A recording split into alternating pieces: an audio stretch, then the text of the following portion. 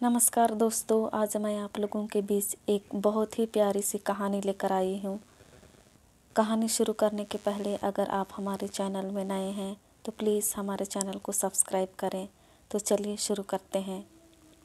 सालों पहले एक नगर में एक बुद्धिमान राजा राज्य करता था। उनकी बुद्धि और होशियारी की चर्चा दूर दूर तक थी। राजा कभी भी बिना सोचे समझे कुछ नहीं कहता और न ही किसी आरोपी की बात सुने बिना उसे सज़ा सुनाता था। उसकी बुद्धिमत्ता के चर्चे सुनकर आसपास के राजा, रानियां और राजकुमारी आदि उनसे जलते थे। इसी जलन के चलते सभी उस राजा की बुद्धिमत्ता की परीक्षा लेने के लिए नए नए तरीके अपनाते थे। हर बार राजा दूसरे राज्य के शासकों द्वारा ली गई परीक्षा में खरा उतरकर खुद को होशियार और योग्य राजा साबित करता था। एक दिन राजा की परीक्षा लेने के लिए एक राजकुमारी आई। उसके हाथों में 2 फूलों की माला थी। दोनों माला में से एक असली फूल से बनी थी और दूसरी नकली से। उन दोनों मालाओं को देखकर उनका ये भेद बिल्कुल पता नहीं चल पाता था।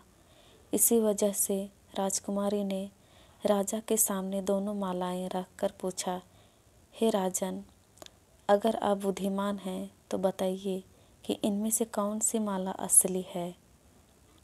राज दरबार में बैठे सभी दरबारी माला को देखकर हैरान थे, क्योंकि किसी को समझ नहीं आ रहा था कि असली फूलों की माला कौन सी है। सभी इस सोच में थे कि राजा कैसे बता पाएंगे कि असली फूलों की माला कौन सी है। राजा भी माला को देखकर परेशान होने लगे। उसी वक्त उनके दिमाग में कुछ तरकीब आई। उन्होंने तुरंत अपने एक सेवक से कहा, बगीचे के खिड़कियों को खोल दो। सेवक ने बगीचे की खिड़की को जैसे ही खोला तो राजा ने देखा कि फूल में बैठी मधुमक्खियाँ खिड़कियों से राज दरबार में आ रही हैं। वो कुछ देर मधुमक्खियों को ही देखते रहे। जैसे ही एकाध मधुमक्खी एक फूल की माला में बैठी, वैसे ही राजा ने कहा कि अब मैं बता सकता हूँ कि असली माला कौन सी है। राजा ने तुरंत उस माला की तरफ इशारा किया जिस पर मधुमक्खी बैठ रखी थी। राजा की होशियारी देखकर दरबार में मौजूद सभी उनकी तारीफ करने लगे।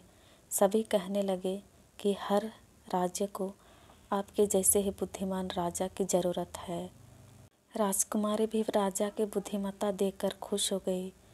उसने भी बुद्धिमान राजा की तारीफ में कुछ शब्द कहे और वहाँ से अपने राज्य की ओर निकल पड़ी। कहानी से सीख, अगर व्यक्ति अपनी बुद्धि का इस्तेमाल करे तो वो हर प्रश्न का सही जवाब तलाश सकता है और हर मुसीबत का हल भी निकाल लेता है। दोस्तों, बुद्धिमान राजा की कहानी आपको कैसे लगी? प्लीज़ कमेंट करके ज़रूर बताएं। धन्यवाद।